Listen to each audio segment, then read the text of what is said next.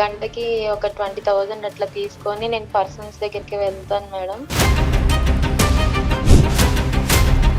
పెళ్ళైన తర్వాత కూడా కంటిన్యూ చేసావా ఆ పని? చేశాను మేడం. నా పరిస్థితులను బట్టి నీ చేయాల్సి వచ్చింది. పరిస్థితులు పాడుగాను. నువ్వు నాకు ఎలాంటి శిక్ష చేసినా నేను తీసుకోగలుగుతాను. దయచేసి నన్ను వదిలేస్తాను. నువ్వు నాకు వద్దు అంటే మాత్రం నేను బ్రతకలేదు సార్. ఆల్రెడీ నేను చనిపోయిన శవాన్ని సార్. శవంతో కాపురం చేయాలనుకుంటున్నా సార్ తను. పెద్ద సముద్రం లాంటి మనసు ఉండేటటువంటి భర్త వచ్చి ఓకే నేను ఎలాగ చేయట్లేదు నువ్వు కూడా ఆ వ్యాపారం చేసుకోను అంటే కనుక అది వేరే విషయం. ఏ మొగుడు అంటాడు, ఏ మగాడు అంటాడు. నేను చేసింది నీ దగ్గర నాకు తప్పని నేను ఒప్పుకున్నాను కదా. రేపొద్దున జాబ్ ఏదో ప్రాబ్లం అవుతుంది, మళ్ళీ కంటిన్యూ చేస్తారా? నాకు నువ్వు కావాలి, నీతో లైఫ్ కావాలి అని చెప్పి నేను నిన్ను అడుగుతున్నాను కదా. అమ్మ దీనికి మాటలు లేవు, మాట్లాడుకోవటాలు లేవు.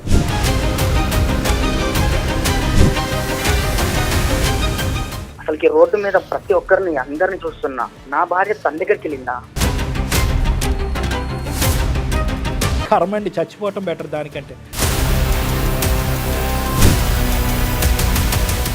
మనసుంటే మార్గం ఉంటుంది. చదువు లేని వాళ్ళందరూ ఇదే వృత్తిని తీసుకుంటున్నారా చెప్పు?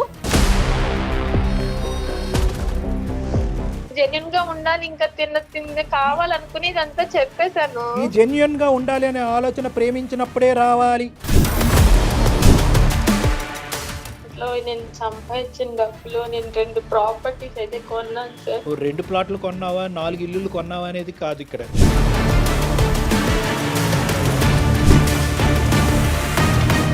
ఇప్పుడు వచ్చేసి ఆ రక్తపు కూడా తినమంటే ఎలా సార్? ఉద్యోగం లేకపోతే అడుక్కుతునే వాళ్ళం మేడం. మాట్లాడే హక్కు కూడా నాకు లేదు.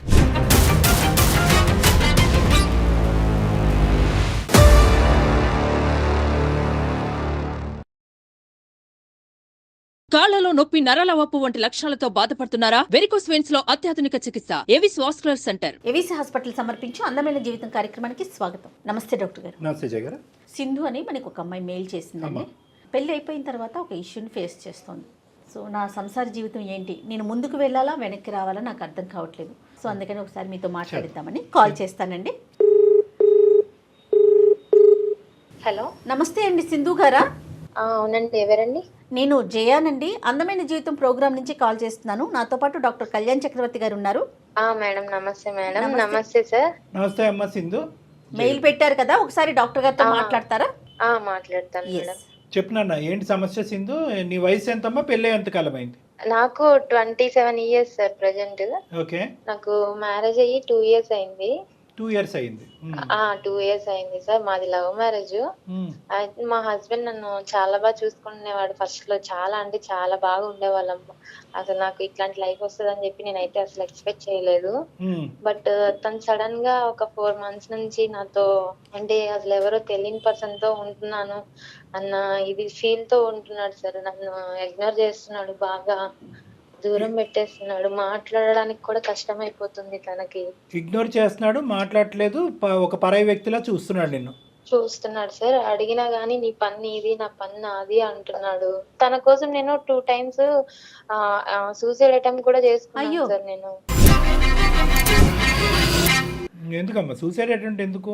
అంటే తను ఇట్లా చేస్తుంటే నాకు అసలు ఉండబుద్ధి కావట్లేదు సార్. తను నాకు చాలా ఇచ్చేస్తున్నాడు. ఎందుకు ఇట్లా చేస్తున్నాడు? కానీ కారణం ఏం చెప్పలేదమ్మా? అడిగేవా కారణం ఏంటండి అని? బహుశా అడుగుంటారుగా మీరు సింధు. నాకు తల్లిదండ్రి లేరు సార్, అండ్ తనకి కూడా పేరెంట్స్ లేరు. తను వాళ్ళ మావయ్య వాళ్ళ దగ్గర ఉంటాడు సార్. ఏం చేస్తుంటాడు? సంపాదన అది ఓకేనా? ఏం లేదు మేడం, అసలు ఏం లేదు. బట్ నాకు చెప్పడం అయితే నాకు జాబ్ ఉంది అని చెప్పి మ్యారేజ్ చేసుకున్నాడు. నేను కూడా చాలా హ్యాపీగా ఫీల్ అయ్యాను. కాదమ్మా సింధు, లవ్ మ్యారేజ్ అని చెప్తున్నారు కదా, అతను ఏం చేశాడు ఏంటి మరి? నిజం చెప్తున్నాడా అబద్ధం చెప్తున్నాడా తెలుసుకోలేకపోయారా మీరు? మేడం నేను అవన్నీ మాట్లాడే విధానాన్ని బట్టి ఇంకా ఇరు కుటుంబాలు లేకపోయేసరికి నాకు తల్లిదండ్రి లేకపోయేసరికి నేను పెళ్లి చేసుకుంటాను అంటే వేరే విధంగా ఏం మాట్లాడకుండా సడన్ గా వచ్చి పెళ్లి చేసుకుంటాను అంటే నేను హ్యాపీగా ఫీల్ అయ్యాను మేడం. అదే ఇంకా హ్యాపీనెస్ లో అతను ఏంటి, అతను పూర్వపరాలు బ్యాక్గ్రౌండ్ ఏమీ చేయలేదు. వాస్తవానికి ఏంటంటే ఒక ఉద్యోగం లేనటువంటి అబ్బాయిని ప్రేమించి పెళ్లి చేసుకున్నావు నువ్వు. నువ్వు అవును సార్. నీ వంతు ప్రయత్నంగా నువ్వు ఏదో ఒక చిన్న ఉద్యోగం చేసుకుంటూ సంపాదిస్తున్నావు. అంటే నేను ప్రైవేట్ జాబ్ చేస్తున్నానని చెప్పి నేను తనకి అబద్ధం చెప్పాను. నేను గంటకి ఒక 20,000 అట్లా తీసుకొని నేను పర్సన్స్ దగ్గరికి వెళ్తాను మేడం. అది మా తల్లిదండ్రులు లేని దాని మూలాన నాకు ఎవరు చూసేవాళ్ళు లేక నా పరిస్థితులను బట్టి నేను చేసుకోవాల్సి వచ్చింది. ఎప్పటి నుంచి ఇలాంటి పనులు చేస్తున్నావు? నేను ఒక 6 years నుంచి చేస్తున్నాను మేడం. అతను ఉద్యోగం చేయట్లేదు అన్నది నీకు తెలీదు, నువ్వు ఇటువంటి వ్యాపారంలో ఉన్నావని అతనికి తెలియదు కదమ్మా. తెలియదు సార్. కానీ ఆ వాస్తవానికి నిరుద్యోగం దాచిపెట్టే దానికంటే ఇలాంటి ఉద్యోగం దాచిపెట్టడం అన్నది, ఇలాంటి వ్యాపారం దాచిపెట్టడం అన్నది పెద్ద ఇష్యూ కదమ్మా. సార్ ఫస్ట్ మేము మ్యారేజ్ చేసుకున్నప్పుడు నేను పెళ్ళైతే నాకు ఇట్లాంటి ఇబ్బందులు ఏమి ఉండవు, నేను అసలు ఇట్లాంటివి చేయాల్సిన అవసరం ఉండదు, తను మంచిగా చూసుకుంటాడు కదా, తనకి జాబ్ ఉంది కదా, నాకు ఇంకా ఇట్లాంటి కర్మ ఉండదు అనుకొని నేను మ్యారేజ్ చేసుకున్నాను సార్. కానీ నాకు మ్యారేజ్ చేసుకున్న తర్వాత తెలిసింది ఏంటంటే తనకి అసలు ఏం లేదు సార్. తను వాళ్ళ ఇంటికి వెళ్తే తినడానికి ఫుడ్ కూడా లేదు సార్. మాకు మ్యారేజ్ అయిన తర్వాత తెలిసింది తనకి జాబ్ గానీ ఏమీ లేదు. మా ఫ్యామిలీ పరిస్థితి అంతంత మాత్రం, తను ఏం చెయ్యడు, జాబ్ కి సర్చింగ్ లో ఉన్నాడు అంతే సార్. అతని పేరేంటమ్మా? సింధు శేఖర్ సార్. శేఖర్ గారికి పెళ్ళైన తర్వాత జాబ్ వచ్చిందా?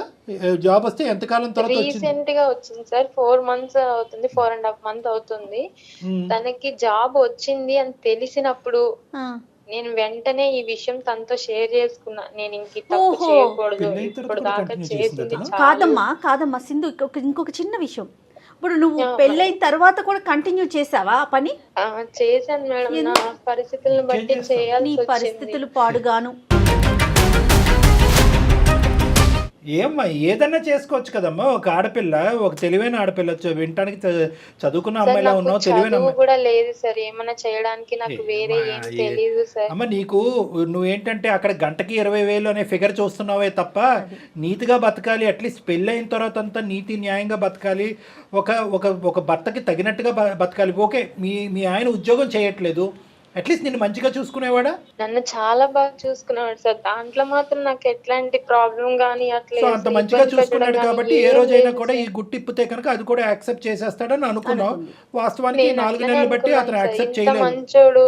ఒకవేళ నా తల్లిదండ్రి ఉన్నా గానీ నన్ను ఇంతలా అర్థం చేసుకోరేమో. తను అంత బాగా చూసుకున్నాడు, అంత బాగా అర్థం చేసుకుంటున్నాడు. ఇంకెంతకన్నా ఏం కావాలి లైఫ్ కి? తనకి చెప్పేద్దామని చెప్పి నేను ఇంకా తన దగ్గర ఓపెన్ అయ్యి చెప్పేశాను సార్. అంటే చెప్పేద్దామనే ఉద్దేశంతో చెప్పావా, లేదంటే పని ఆపేద్దామనే ఉద్దేశంతో చెప్పావా? తనకి చెప్పిన రోజు నుంచి నేను అసలు ఏం చేయట్లేదు సార్. తనకి ఎప్పుడైతే జాబ్ వచ్చిందో అప్పటి నుంచి నేను ఇట్లాంటివన్నీ ఆపేసి తన ముందు అంటే నా గురించి బయట వాళ్ళు చెప్పేదానికన్నా నేను తన ముందు నా చెప్పడం మంచిది, తను నన్ను అర్థం చేసుకుంటాడని ఒక్క నమ్మకంతో నేను చెప్పాను సార్. నిజంగా అమ్మ, నువ్వు ఇలాంటి పని చేస్తూ కుటుంబాన్ని పోషిస్తున్నావు అనే అంశం అతను తెలిస్తే 2 సంవత్సరాల్లో కాదు 2 నిమిషాల్లో ఉద్యోగం సంపాదించి ఉండేవాడే మాత్రం. ఎందుకంటే ఇంత పరువు తక్కువ పని ఏ మగాడు యాక్సెప్ట్ చేయనటువంటి మగాడైనా అటువైపు ఆడదైనా ఎవరైనా కూడా యాక్సెప్ట్ చేయనటువంటి ఒక భయంకరమైనటువంటి అంశం చేస్తూ ఇలా కుటుంబాన్ని పోషించడం వెనకాతల బహుశా నీకు అదే ఆనవాయితీ, అదే పద్ధతి, అదే అలవాటైందేమో అని అనుకుంటారేమో కానీ ఇల్లు గడవట్లేదు, భర్త ఉద్యోగం చేయట్లేదు కాబట్టి నేను కష్టపడుతున్నాను, చెమటోడ్చి చేస్తున్నానని ఎవరు అనుకుంటారమ్మా? నీ దానికి ఎక్కడ నీకు మార్కులు పడతాయి? నువ్వు చేసే పనికి ఎప్పటికైనా పడతాయా? ఎవరన్నా హర్షిస్తారా? మార్కులు పడతాయి కాదని కాదు సార్, నాకు తెలిసింది ఇది ఒక్కటి. ఎందుకంటే సార్ నేను ఇది 6 years నీకు తెలిసిన పని అమ్మ, నీకు తెలిసినటువంటి పని నేను చెప్పేటటువంటి పాయింట్ కూడా ఇప్పటికైనా ఒక 2 నిమిషాలు ఆలోచించండి. 4 నెలలు బట్టి నా భర్త మాట్లాడలేదు, ఎవరో అన్నట్టుగా నన్ను చూస్తున్నాడు, పట్టించుకోవట్లేదు అంటే కనుక నీకు ఇచ్చేటటువంటి పనిష్మెంట్ బహుశా నీ భర్త చాలా చిన్నదే ఇచ్చాడని అనిపిస్తుంది. దీనికంటే 100 రెట్లు భయంకరమైనటువంటి పనిష్మెంట్ ఇస్తారు. ఒక్క నిమిషం కూడా నీ కళ్ళెదురుకుంటా నిలబడరు, లేదంటే అతను నీ కళ్ళెదురు అతను నిన్ను ఉంచుకోడు. కానీ ఇక్కడ ఆ మనిషికి ఎంతో ఓపిక, ఓర్పు ఉంది, అదృష్టం బాగా లేక ఉద్యోగం రాలేదే అని అనిపిస్తుంది. కానీ నువ్వు ఇక్కడ చూసేది ఏంటంటే గంటకి 20,000 ఉద్యోగం చూస్తున్నావు.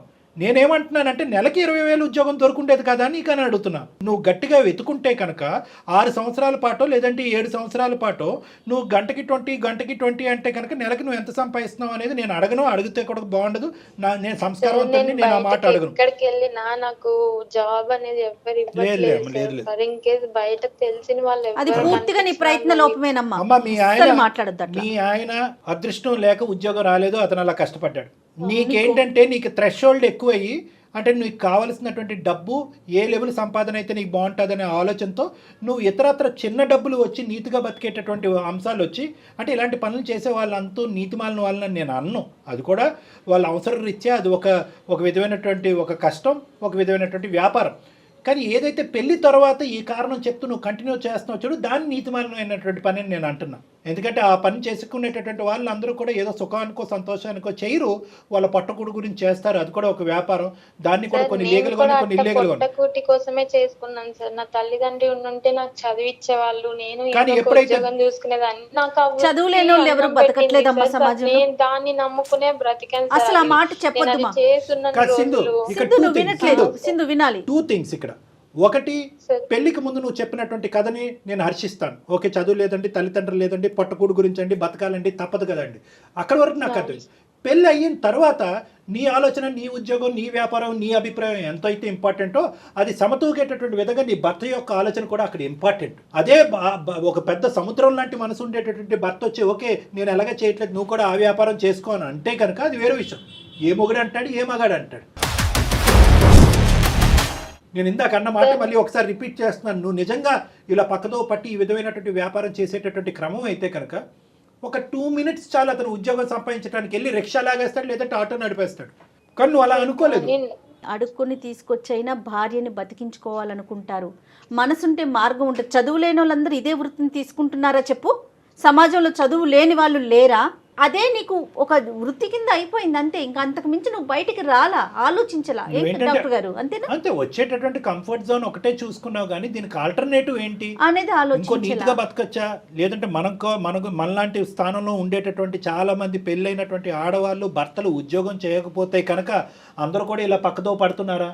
సో ఇక్కడ ఏంటంటే బేసిక్గా జయ గారు నేను చెప్పేది ఏంటంటే ఇంకో డైరెక్షన్లో, నీ కష్టం మేము కాదనట్లేదు. నీ తిండి గురించి మేము ఎలా మాట్లాడుతాం, నీ పొట్టకూటు గురించి నువ్వు కష్టపడ్డాను అని అంటున్నావు.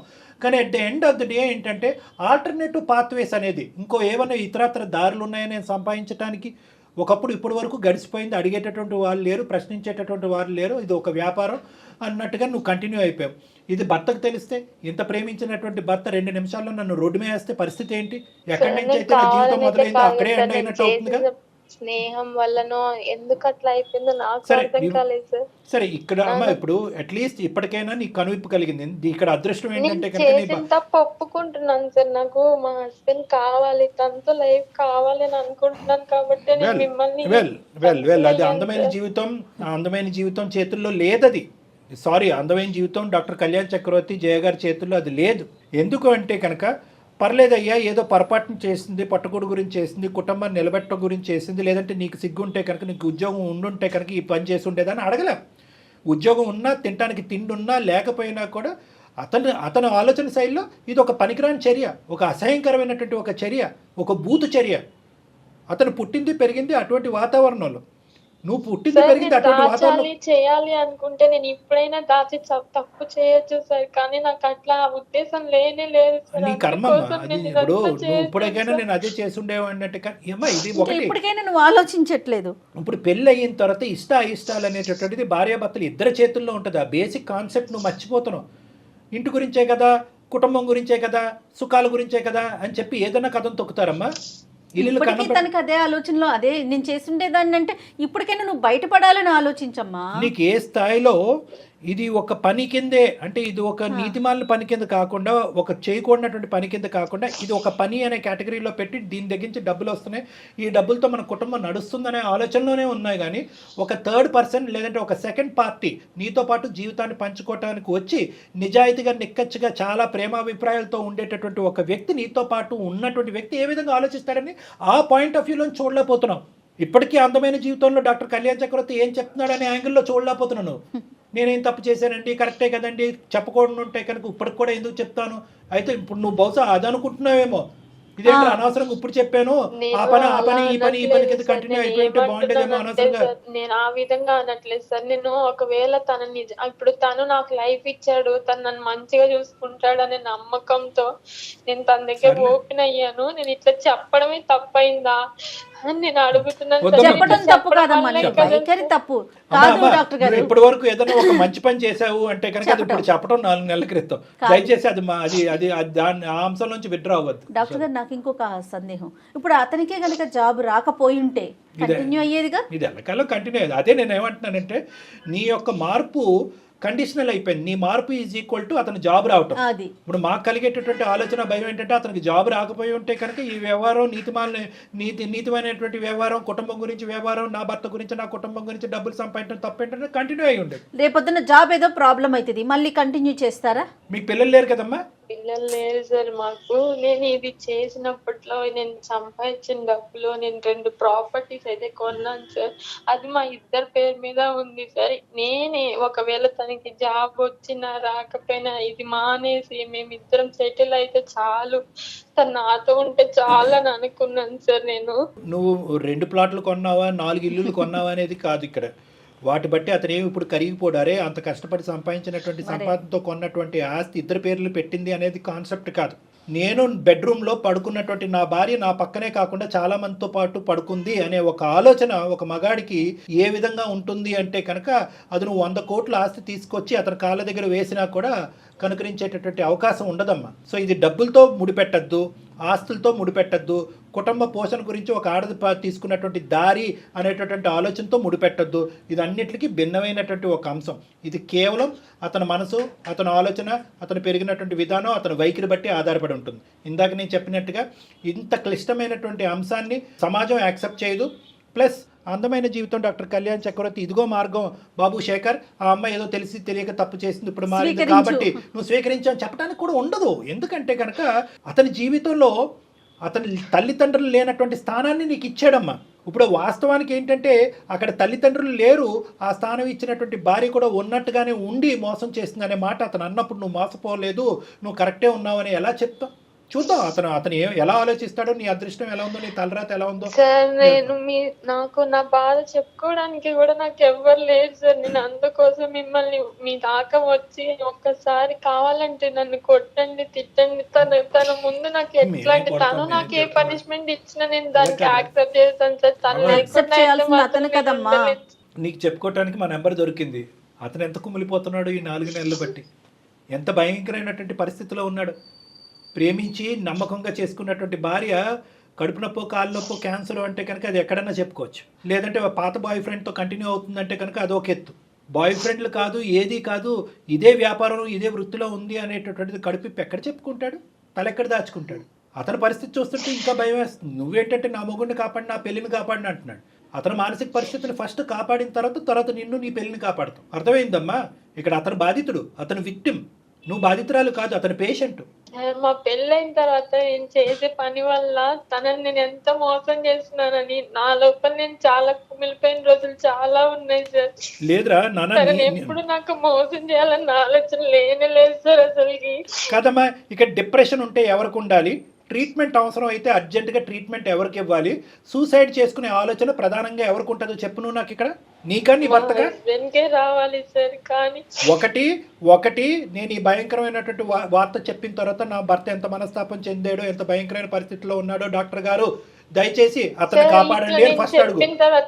బయటకు వెళ్తున్న ప్రతిసారి నేను తనని ఫాలో కూడా అవుతున్నాను సార్, ఎక్కడికి వెళ్ళిపోతున్నాడు ఏంటి అని. ఎంత ఫాలో అవుతావులే కానీ సరే. ఇప్పుడు ఏమంటావు, ఎందుకు మాకు ఈమెయిల్ పంపించావు, ఏం చేయగలం అనే ఆలోచనతో?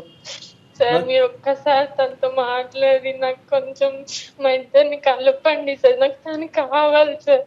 అర్థమైంది నాన్న, అర్థమైంది, మాకు అర్థమైంది, నీ బాధ అర్థమైంది. ఏం చేద్దాం డాక్టర్ గారు? ఒకసారి కలుపుదాం మేడం, ఒక ప్రయత్నం అయితే చేద్దాము. ఎందుకంటే మన వరకు వచ్చిన వాళ్ళని ఎవరిని ఇప్పుడు వరకు ఖాళీ చేతితో పంపించలేదు. మనం ఫోన్ కాల్ చేద్దాము. ఇందాక అమ్మాయికి చెప్పినట్టుగానే ఇటువంటి అంశంలో పూర్తి స్థాయి గ్యారంటీ కానీ హోప్ కానీ ఇవ్వదలుచుకోలేదు. సో ఫస్ట్ అతని పరిస్థితులు ఎలా ఉందో తెలుసుకుందాం. నువ్వు ఫోన్ కలపమ్మా. आपका कॉल होल्ड पर है, लाइन पर बने रहें या कुछ देर बाद कोशिश करें. హలో ఏమండి చెప్పు. ఎందుకు ఇట్లా చేస్తున్నావు నువ్వు? అసలు ఎలా ఉండాలి నీతో? నేను చేసింది నీ దగ్గర నాకు తప్పని నేను ఒప్పుకున్నాను కదా. నాకు నువ్వు కావాలి, నీతో లైఫ్ కావాలి అని చెప్పి నేను నిన్ను అడుగుతున్నాను కదా. కానీ నువ్వు నన్ను ఎట్లా చూస్తున్నావు? మనం కలిసి ఉన్న ఈ 2 years లో ఎప్పుడు మనం ఎంత మంచిగా ఉన్నది ఒక్క రోజు కూడా గుర్తు రావట్లేదా నీకు? చెప్పు. నా మనసు చచ్చిపోయింది అసలుకి. ఇప్పుడు మళ్ళీ నన్ను అది రికవర్ చేయమన్నా నా వల్ల కాదు. అసలు యాక్సెప్ట్ చేయలేకపోతున్నాను నీతో. అట్లా మాట్లాడుకురా ఎలా బతకాలా? ప్లీజ్ మా. అసలు ఎలా బతకాలా?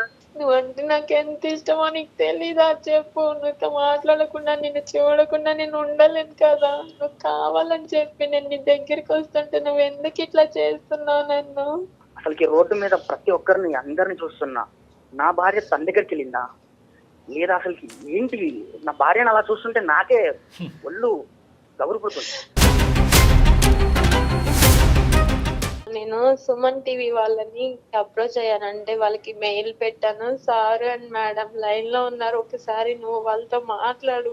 శేఖర్, చెప్పండి సార్. నా పేరు డాక్టర్ కళ్యాణ్ చక్రవర్తి నాన్న. సుమన్ టీవీ అందమైన జీవితం. బహుశా ఈ కార్యక్రమం గురించి నీకు తెలిసే ఉంటుంది. నమస్తే సార్. నమస్తే నాన్న. సారీ ఇటువంటి పరిస్థితుల్లో నీతో మాట్లాడవలసి వస్తుందని చెప్పి.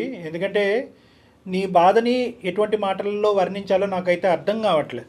వాస్తవానికి ఈ అమ్మాయి మాకు ఈమెయిల్ చేయకపోయినా బాగుండేది. ఈమెయిల్ చేసి మా ద్వారా, అంటే చాలా బలవంతంగా ఈ ఫోన్ కాల్ కలిపమ్మ అతనితో మాట్లాడదామని చెప్పి వచ్చినటువంటి బాధితులు ఉట్టి చేత్తో పంపించే సాంప్రదాయం ఆనవాయితీ మాకు లేదు కాబట్టి, సరే అమ్మ చాలా అయిష్టంగా విముఖంగానే నీకు ఫోన్ కలపమని చెప్పాం. ఎందుకంటే నీ బాధ మామూలు బాధ కాదు. ఆ బాధను సరిదిద్దుకుని ఆ బాధను మర్చిపోయి అవన్నీ వెనక్కి పెట్టేసి పాస్తూ ప్రేమించినటువంటి అమ్మాయి గురించి ఎన్ని త్యాగాలన్నా చేసేసి నువ్వు ముందుకు వచ్చే అని అడగటం నాకు అసలు ఇష్టం లేదు. అది నేను సమర్థించను, అది కరెక్ట్ కూడా కాదు. కానీ ఏదన్నా ఒక తెలియనటువంటి ఒక దేవుడు నీ మనసు లోపల ఉన్నాడా? ఆ దేవుడు కాసేపు ఏమైనా దయదలిచి ఈ దిక్కును కూడా చూస్తాడనేటటువంటి ఆలోచన, ఆశతో నీతో ఒక మాట అడగటానికి వచ్చాను. నేను రిక్వెస్ట్ చేయటం అనేది నా బాధ్యత కాబట్టి రిక్వెస్ట్ చేస్తాను. ఒప్పుకోవలసినటువంటి బరువు బాధ్యతలు నీ మీద లేవు కాబట్టి ఒప్పుకుంటావు లేవా అనేది నీ ఇంగితానికి, నీ ఆలోచనకి, నీ యొక్క వ్యక్తిత్వానికి వదిలేస్తాను. సార్ ఆల్రెడీ నేను చనిపోయిన శవాన్ని సార్. శవంతో కాపురం చేయాలనుకుంటున్నా సార్. తను నా వల్ల కాదు సార్. తను వద్దు సార్ నాకు. అడుగుతున్నాను ప్లీజ్ ఒప్పుకో. నువ్వు నాకు ఎలాంటి శిక్ష చేసినా నేను తీసుకోగలుగుతా. దయచేసి నన్ను వదిలేస్తాను. నువ్వు నాకు వద్దు అంటే మాత్రం నేను బ్రతకలేదురా. నేను మానసికంగా చాలా చచ్చిపోయాను. నాతో అసలు మాట్లాడదు. ఇప్పుడు నువ్వు నన్ను వదిలేస్తే నాకు అదే పరిస్థితి అయిపోతుంది. నేను ఇప్పుడు చెప్తున్నాను కదా, నాకు కూడి పెట్టే వృత్తి అని నేను ఇది అనుకున్నాను. లైక్ నేను దాన్ని కూడా వదిలేసుకున్నాను. ఒకవేళ నువ్వు నన్ను వదిలేసినా నేను మళ్ళీ దాంట్లోకి వెళ్తానేమో అని నువ్వు అనుకోవచ్చు. నాకు అలాంటి ఉద్దేశం లేనే లేదు. పెళ్ళికి ముందు మీరేమో ఉద్యోగం చేస్తున్నాను లేదంటే చేయట్లేదు అనేటటువంటి అంశాన్ని దాచిపెట్టారు. ఉద్యోగం చేస్తున్నట్టుగానే నటించారు. ఒక సెక్యూర్ జీవితం మన ఇద్దరికి ఉంది అనేటటువంటి విధంగానే ఆశ చూపెట్టారు. అదే ప్లాట్ఫామ్ మీద పెళ్లి చేసుకున్నారు. ఈ అమ్మాయి ఏమొచ్చి అతి భయంకరమైనటువంటి వృత్తి చేస్తూ, సరే పెళ్లి వరకు చేస్తున్నాను లేదంటే ప్రేమించేటటువంటి వరకు చేస్తున్నాను, ఇంకా ప్రేమించటం మొదలుపెట్టిన తర్వాత ఈ వృత్తిని మనం నమ్ముకోకూడదు, ఇది కరెక్ట్ కాదు అనేటటువంటిది ప్రేమించేటప్పుడు వదిలేదు. పెళ్ళి అయిన తర్వాత, పెళ్ళైన 2 సంవత్సరాల వరకు వదిలేయకుండా ఇప్పుడేమొచ్చి మీకు ఉద్యోగం వచ్చిన తర్వాత ఇప్పుడు ఫైనాన్షియల్ సెక్యూరిటీ మాకు వచ్చింది కాబట్టి ఈ వృత్తి కరెక్ట్ కాదన్నట్టుగా మాట్లాడుతుంది ఆ అమ్మాయి. సో ఆ అమ్మాయిది తప్పు కాదు, తప్పున్నర. సార్ మీరు ఇంతమందిని చూసుంటారు కదా సార్, దీంట్లో బాధితులు ఎవరు, నేనా తన అనేది మీరే చెప్పండి సార్. 1000% నువ్వే. శేఖర్, మీతో మాట్లాడక ముందే డాక్టర్ గారు ఆ మాట అన్నారు, బాధితుడు మీరే. రేపొద్దున అంత ప్రేమించినటువంటి అమ్మాయి అంత అన్యోన్యంగా మీరు 2 సంవత్సరాల పాటు హ్యాపీగా ఉండేవారు కదా శేఖర్. ఏమైంది నీకు సింధుకు మధ్య జరిగిందంటే ఏం చెప్తారు మీరు? కాబట్టి మీ సైడే మాకు ఓదార్పు ఉంటుంది, ఆలోచన ఉంటుంది. భవిష్యత్తు గురించి ఒక కార్యాచరణని ఏం చేయాలి, ఏం చేయకూడదు అనేటటువంటిది మీ సైడే. ఏం చేద్దాం అనుకుంటున్నారనేది చెప్పండి సార్. నేను ఎలాగైనా అమ్మాయికి లైఫ్ ఇద్దాం అనుకున్నాను సార్, కానీ ఇద్దరికి తెలియదు కదా సార్. తను నాకేం చెప్పలేదు అప్పటికి. ఇప్పుడు వచ్చేసి ఆ రక్తపు కూడా తినమంటే ఎలా సార్? నా వల్ల కాదు సార్. తనతో నేను బతకలేను సార్, నేను కలిసి ఉండలేను. కరెక్టే, అది that is point is very clearly made. అది మాకు అర్థమైంది, అది మీ ఇష్టానికి వదిలేస్తున్నాం. కానీ నేను చెప్పేది ఏంటంటే ఒక చిన్న గోరంత దీపానికి సంబంధించినటువంటి ఒక ఆలోచన చెప్తున్నాను నేను. లేదు సార్, ఆమె నా దగ్గరకు వస్తుంటే ఏదో నా మైండ్ యాక్సెప్ట్ చేయట్లేదు సార్. ఇంకే విధంగా చెప్పినా ఇంక కూడా అబ్బాయికి జెన్యున్ గా ఉండాలి, ఇంకా తిన్నతో అది నువ్వు తినతో genuine బతకాలని కాదు నేను తిన్న కావాలనుకుని ఇదంతా చెప్పేశాను. ఈ జెన్యున్ గా ఉండాలి అనే ఆలోచన ప్రేమించినప్పుడే రావాలి. ఎస్. అప్పుడు వరకు నీ వృత్తి ఏంటి, నీ ఆలోచన ఏంటి, అంతకుముందు నువ్వు ఏమేమి వ్యాపారాలు చేసావు అనేటటువంటిది సార్ నాకు బహుశా పెళ్ళైన నెక్స్ట్ డే నుంచి నేను ఎంత చేయకూడదని ఫిక్స్ అయ్యాను సార్. నాకు పెళ్ళైన రోజు నుంచి నా నీ బొంద పెళ్ళైనప్పుడు నాకు ప్రేమించినప్పుడే తెలిసింది సార్, చేశావు. కనీసం అక్కడికి వెళ్తే తినటానికి కూడా లేదని. నువ్వు ఇప్పుడు మారేవు అనే దాన్ని మేము హర్షించేటటువంటి విధంగా అబ్బాయికి చెప్పాలి అనుకుంటుంటే నువ్వు పెట్టుకున్న విస్తరణలో నువ్వే ఉమ్మేసుకుంటున్నావు. అదే. ఇప్పుడు మొత్తం ఉండేటటువంటి గుట్టును ఇప్పుడు బయటకు చెప్పడం వల్ల ఒక పెద్ద ఘనకార్యంగా అనుకుంటున్నావు, కానీ 2.5 సంవత్సరాలు దగ్గర 3 సంవత్సరాలు ప్రేమించుకున్నప్పుడు 1 year, పెళ్ళైన తర్వాత 2 years, 3 సంవత్సరాల పాటు ఒక భయంకరమైనటువంటి నిజాన్ని దాచిపెట్టి ఏ మగాడు యాక్సెప్ట్ చేయనటువంటి ఒక భయంకరమైనటువంటి అంశాన్ని 2 సెకండ్లలో మర్చిపోమంటున్నావు. నువ్వు చెప్పిన దానికి 100 మార్కులు వేస్తున్నావు, అతను పడేటటువంటి బాధకి 1 మార్క్ కూడా వేయట్లేదు నువ్వు. ఇప్పుడు తనకి ఏదైనా అనిపిస్తే అది నా మొహం మీద చెప్పాలి సార్. అట్లా తను చూసే విధానం నాకు ఎట్లా అయిపోయి అనిపిస్తుంది అమ్మ అంటే దీనికి సార్, మాటలు నిజంగా లేవు, నాకు ఏదైనా మాట్లాడుకోవటాలు లేవు. చేసేసుకోవాలని అమ్మ దీనికి అనిపిస్తుంది మాటలు లేవు, సార్. మాట్లాడుకోవటాలు లేవు. ఏ మగాడైనా నువ్వు అతని స్థానంలో నిలబడి ఆ వ్యభిచారం అదేటటువంటి కార్యక్రమంలో అతను ఉంటే కనుక తినడానికి డబ్బులుంటే చాలు కదా, ఏం పని చేస్తున్నాను అనేది అవసరం అనేటటువంటి లెక్క అతను చెప్తే కనుక నువ్వు యాక్సెప్ట్ చేస్తావా? నువ్వు చేసిన పని నువ్వు సమర్థించుకుంటున్నావు, దానిలోంచి బయటికి రా ఒక్కసారి. శేఖర్, నేను ఒకటే చెప్తున్నాను, ఆ అమ్మాయి వాదన ఇలాగే ఉంటది కానీ అసలు ఇక్కడ మాట్లాడటానికి కూడా ఏమీ లేదు. ఇది కంప్లీట్ గా నెగిటివ్ గా మాట్లాడితే 2 నిమిషాల్లో కాల్ కట్ చేసి ఇక్కడే క్లోజ్ చేసేయచ్చు. ఏది మీరు ముక్కు మొహం తెలియనటువంటి వాళ్ళు అయితే కనుక నీకు ఇప్పటికొచ్చి మాట్లాడినటువంటి 4 మాటల్లో కూడా సింధు నీ మనసులో ఒక స్థానాన్ని ఏర్పాటు చేసుకుంది అనేది ఒక నమ్మకం ఉంది. అలాగే సింధుకి మీకు ఎంత అమితమైనటువంటి ప్రేమ ఉంది, ఈ పని చేసినా కూడా తనకి నువ్వంటే ఎంత అమితమైన ప్రేమ ఉంది అన్నది కూడా తన మాటలో అర్థమైంది. కాబట్టి ఈ 2 మాటలు డాక్టర్ కళ్యాణ్ చక్రవర్తి మాట్లాడుతున్నాడు, లేదంటే మాట్లాడే హక్కు కూడా నాకు లేదు. ఇక్కడ నేనేమంటున్నానంటే ఏ ఉద్దేశంతో ఆ అమ్మాయి పని చేసింది అనేది ఒక్కసారి ఆలోచించుకో. ఇల్లు గడవటానికి చాలా కష్టమైనటువంటి పరిస్థితి. నువ్వు కష్టపడట్లేదు అంటే కనుక అన్ని విధాలుగా కష్టపడి ఉద్యోగం రానటువంటి పరిస్థితి. ఈ అమ్మాయికి ఏ డిగ్రీ, ఏ చదువు లేదు, ఏ క్వాలిఫికేషన్ లేదు, తను పుట్టేగి తను ఎప్పుడు ఏ ఉద్యోగం చేయలేదు. వ్యాపారంగా ఇది మొదలుపెట్టిన కాడి నుంచి ఏదో డబ్బులు వస్తున్నాయి కాబట్టి ఇదే నమ్ముకుని ఇంకో యాంగిల్లో చూడనటువంటి పరిస్థితి. ఆ అమ్మాయి ఏమనుకుంది అంటే కనుక అక్కడ వెళ్ళి ఆ వృత్తిని ఏదో ఆనందించట్లేదు. వృత్తి చేసినప్పుడల్లా కుంగిపోతూ బాధపడుతూనే చేసింది. ఎందుకు అది చేయకపోతే కనుక ఇల్లు గడిచేటటువంటి పరిస్థితి లేదు. మీరేమొచ్చి ఉద్యోగం చేస్తున్నాను అనేటటువంటి అబద్ధంతో పెళ్లి చేసేసుకున్నారు మీరు. పోనీ అప్పుడే నిజాయితీగా మీరు మాట్లాడుంటే కనుక ఆ అమ్మాయి కూడా నిజాయితీగా ఈ అంశం చెప్పుండేదేమో. కానీ మీరు దాచిపెట్టారు, తను దాచిపెట్టి. సరే, అది పెద్ద గీత ముందు చిన్న గీత. ఇందాక నేను అన్నట్టుగా ఏంటంటే బహుశా ఈ అమ్మాయి ఈ వృత్తి చేయకుండా ఉండుంటే కనుక మీరు ఇలా అబద్ధం ఆడి ఉద్యోగం చేయకుండా పెళ్లి చేసుకుని ఉంటే కనుక ఏమయ్యా నువ్వేం మగాడవయ్యా, ఏ ఉద్యోగం చేయకుండా ఒక ఆడపిల్లను మోసం చేసి ఎలా పెళ్లి చేసుకుంటావయ్యా? ఆల్రెడీ తల్లిదండ్రులు లేనటువంటి ఆడపిల్లని ఈ విధంగా మోసం చేస్తావా? భర్త అనేటటువంటి స్థానం కాకుండా తల్లిదండ్రులు లేనటువంటి స్థానాన్ని కూడా నీకు ఇచ్చింది, అదేవిధంగా తల్లిదండ్రులు లేనటువంటి స్థానాన్ని నువ్వు అమ్మాయికి ఇచ్చావు, అది వేరే విషయం అని అనుండేవాళ్ళు. కానీ ఈరోజు ఈ అమ్మాయి ఆ పని చేయటం వల్ల నువ్వు ఉద్యోగం చేయకుండా దొంగచాటును వచ్చి పెళ్లి చేసుకునేటటువంటి అంశం ఈరోజు కప్పడిపోయింది. కానీ నేను అయినా కానీ దీన్ని నీ సైడే మాట్లాడుతున్నాను. 1 ఇంచు అటువైపు కూడా ఆలోచించమంటున్నాను. ఉద్దేశం ఏంటి? ఉద్యోగం లేకపోతే ఇలాంటి వ్యాపారాన్ని ఎంచుకుంటారా సార్? చెప్పండి. లేదు, అయినా కానీ నేను సమర్థించట్లేదు. కానీ తన ఉద్దేశం, తను పుట్టెరిగి తన ఆలోచనకు తెలిసినంత వరకు సంపాదనకు ఉండేటటువంటి ఏకైక దారి అదే అని చెప్పి పెళ్లికి ముందు ప్రేమించినప్పుడు పెళ్లి తర్వాత కూడా అదే నమ్ముకుని అదే అందులోనే కొట్టుకుపోయింది పిచ్చి మహాతల్లి. ఇప్పటికి కూడా ఏమంటుంది, తనకి ఇప్పటికి కూడా ఇందాకటి నుంచి మనం మాట్లాడుతున్నాం, తను చేసేటటువంటి వ్యాపారాన్ని తప్పు పట్టట్లేదు తెలుసా? తల్లిదండ్రులు లేకపోయినా ఒక పూట తిండి దొరుకుతుందో లేదో అనేటటువంటి ఆలోచనలో ఉన్న అమ్మాయికి తన శరీరాన్ని అమ్ముకుని అదే తిండి పెట్టింది. కాబట్టి ఇప్పుడు కూడా అమ్మాయి ఆ వృత్తి మీద వేలెత్తి చూపెట్టట్లేదు. అయితే ఇప్పుడు ఏంటంటే నిజంగా ప్రేమతోనే ఒక బాధ్యతతోనే మీ ముందుకు వచ్చింది ఆ అమ్మాయి. తన సుఖాలు సంతోషాల గురించి కాదు కదా. ఒకప్పుడు తన ఉద్యోగం చేయకపోతే ఇల్లు ఎలా గడుస్తుంది, ఇటువంటి ఆలోచనతో వచ్చింది తన ముందుకి. సరే, ఇటువంటి కాన్సెప్ట్కి, ఇటువంటి రీజనింగ్కి ఎన్ని మార్కులు పడతాయో నాకు తెలియదు. మీ ఇష్టం అండి, డెసిషన్ మీ ఇష్టం. డాక్టర్ గారు మీరు చెప్పేది డెసిషన్ ఈజ్ అబ్సల్యూట్లీ యోర్స్. మేము ఎప్పుడు కూడా అందమైన జీవితంలో ఇంతవరకు కూడా ఇంత చాయిస్ లేదండి. డాక్టర్ గారు ఒక సలహా ఇస్తారు. కానీ నేను చెప్తున్నట్టుగా జయ గారు, మీరు బాధితులు అంతే. మీరు పడరానటువంటి బాధలు పడ్డారు, అనుభవించకూడనట్టు కష్టాలన్నీ అనుభవించారు. ఇందాక ఒక్క మాట అన్నారు, రోడ్డు మీద ఒక మగాడు వెళ్ళిపోతుంటే కనుక వీడితో కూడా పడుకుందని ఆ భార్య అనేటువంటి కర్మండి, చచ్చిపోవటం బెటర్ దానికంటే. సో నేనేమంటున్నానంటే ఇందాక నేను అన్నట్టుగానే ఇది పూర్తిగా మీ నిర్ణయం అని చెప్పి మేము కన్ఫ్యూజ్ చేస్తున్నామని మీరు అనుకుంటే కనుక మా క్లినిక్ ద్వారాలు ఎప్పుడు తెరిచే ఉంటే మీరు కావాలంటే రావచ్చు, కూర్చోవచ్చు, మాట్లాడచ్చు. సో కంప్లీట్గా ఇది మీ చాయిస్. ఒక్క 2 నిమిషాలు నేను మాట్లాడాలను. అయ్యో తప్పకుండా.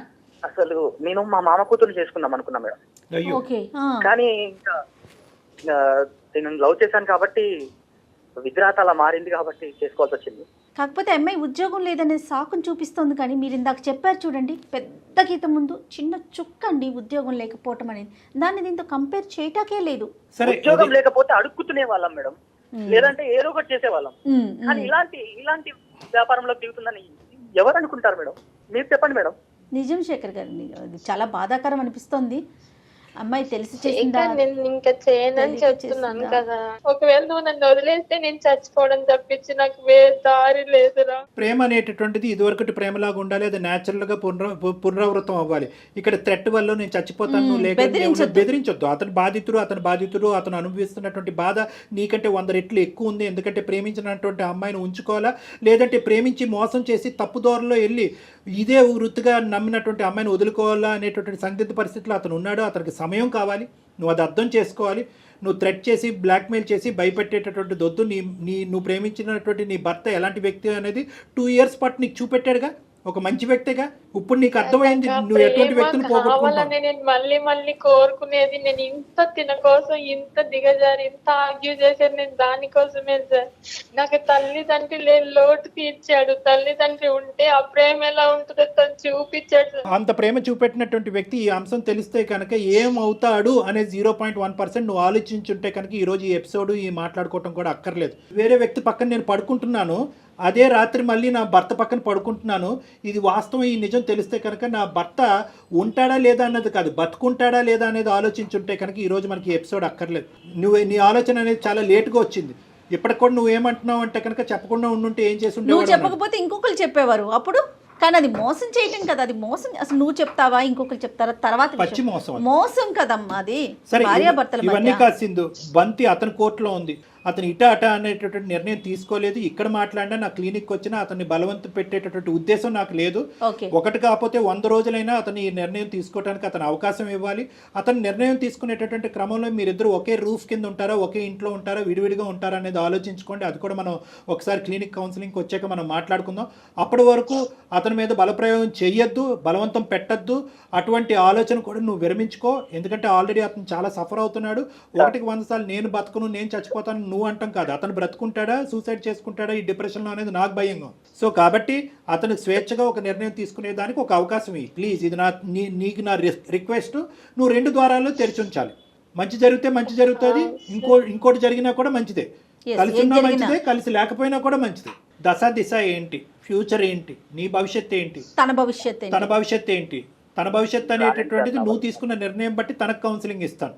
ఓకే, ఇద్దరు కలిసి అయితే మాత్రం రాకండి. ఫస్ట్ నువ్వురా, నీ ఆలోచన ఏంటి, నువ్వు ఏ దారిని తీసుకున్నావు, ఏ దారిని ఎంచుకున్నావు అనే దాన్ని బట్టి ఆ అమ్మాయికి తర్వాత నేను కౌన్సిలింగ్ చేస్తాను. ఎందుకంటే ఇక్కడ పెద్దలు ఇన్వాల్వ్ చేయడానికి లేదు, ఇరువైపులో తల్లిదండ్రులు లేరు. ఓకే శేఖర్. ఓకే అమ్మా సింధు, ధైర్యంగా ఉండు. ఇది అసంపూర్తిగా అనిపించినా కూడా చాలా మందికి దీనికి ఏంటంటే ఇక్కడ అస్సలు ఇలా చెయ్యి బాబు అని సజెషన్ ఇవ్వడానికి కూడా మనకు లేదు, హక్కు లేదు. సజెషన్ ఇలా చెయ్యి అనేది కాదు. మనం ఇక్కడ చేయవలసింది ఏంటంటే ఆ అబ్బాయికి ఒక గైడెన్స్ ఇవ్వాలి, ఒక ఓదార్పుని ఇవ్వాలి, ఒక మోరల్ సపోర్ట్ ఇవ్వాలి. ఆ అబ్బాయి తీసుకోబోయే నిర్ణయాలు, మార్గాలు సరైనటువంటిదా కాదా భవిష్యత్తులో అనేటటువంటి దాన్ని ఒకటి చూడాలి. మానసిక వేదన నుంచి ఆ అబ్బాయిని బయటకు లాగాలి. అక్కడ తీసుకునేటటువంటి నిర్ణయం బట్టి ఈ అమ్మాయికి కూర్చోపెట్టి, అమ్మాయి ఇదమ్మా నువ్వు ఏదైతే జరిగిందో జరిగిపోయింది, ఇక ముందు నుంచి ఏదైతే నిజం, ఏదైతే భవిష్యత్తు నీ కళ్ళెదురుగుతుంటో కనిపిస్తుందో దాన్ని ఆచరించుకుంటూ ముందుకెళ్ళటం తప్ప నీకు పరిష్కారం లేదని చెప్పాలి. రైట్ కళ్యాణ్ గారు. Thank you Jagan. నమస్తే. కాళ్లలో నొప్పి, నరాల వాపు వంటి లక్షణాలతో బాధపడుతున్నారా? వెరికోస్ వెయిన్స్ లో అత్యాధునిక చికిత్స ఏవిస్ వాస్కులర్ సెంటర్.